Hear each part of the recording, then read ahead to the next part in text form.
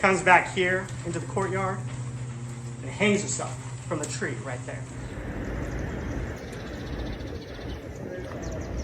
Whenever you're ready. So what are we talking about first? Let's talk about... Educate me on vampires. Educate you on it. Alright, how do I want to start this?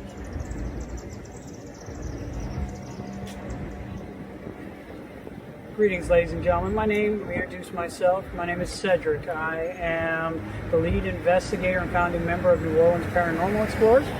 And I am also a paranormal tour guide here in the great city of New Orleans. And I also am part of the vampire subculture, both here in the city of New Orleans and around the world. So I can hear some of you thinking it already.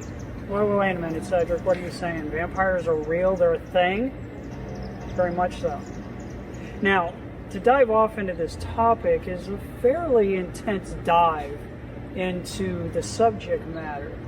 So, we'll try and give you just a little bit for day to day. How do you know if you're walking up on a vampire out there? Now, keep in mind that every culture out there, no matter what culture you're talking about, has vampiric lore and legends in their cultural stories somewhere. Why?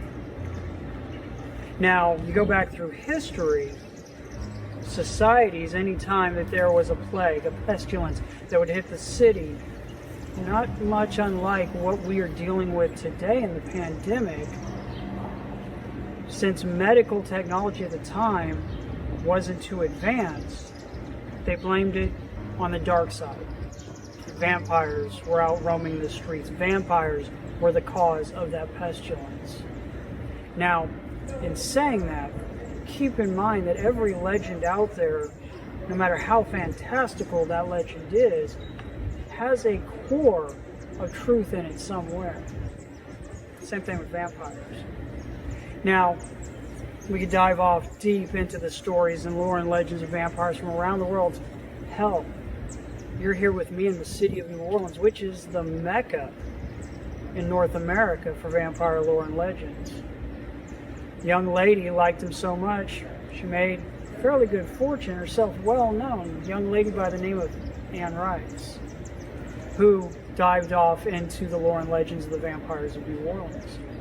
Now, do vampires walk around you every single day? They sure do.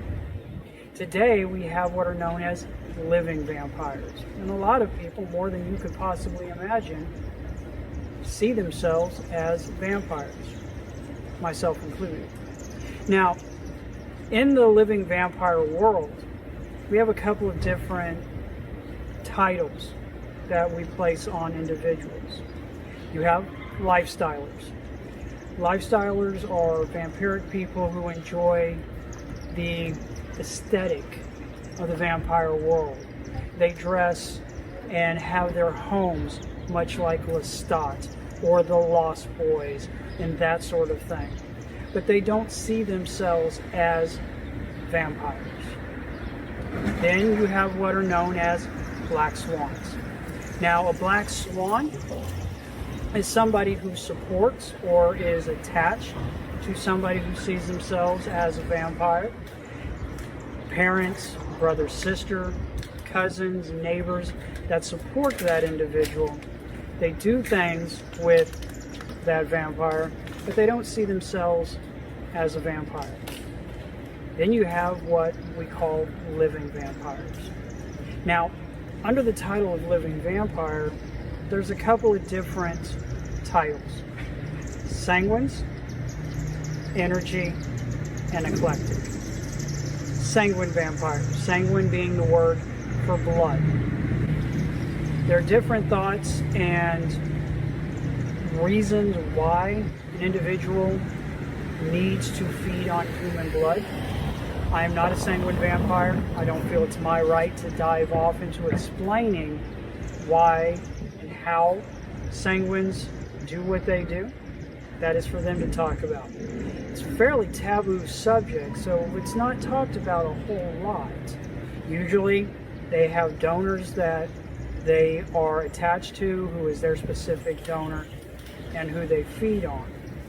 Now, energy vampires, sure all of you, most of you out there have run into them and you didn't even realize it.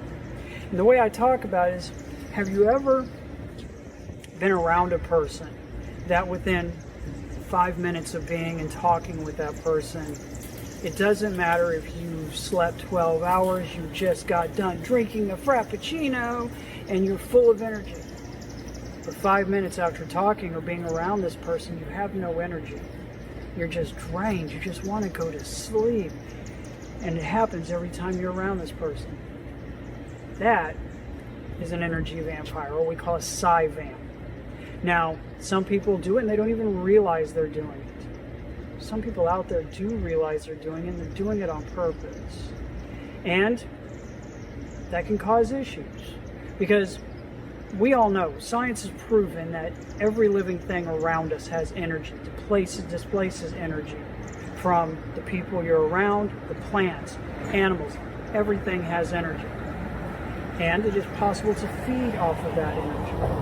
Now, if you have a psi-vamp who is constantly feeding off of a single individual, they can bring down their energy, their victim's energy, enough to cause sickness, to cause health effects, and could even cause a person to perish.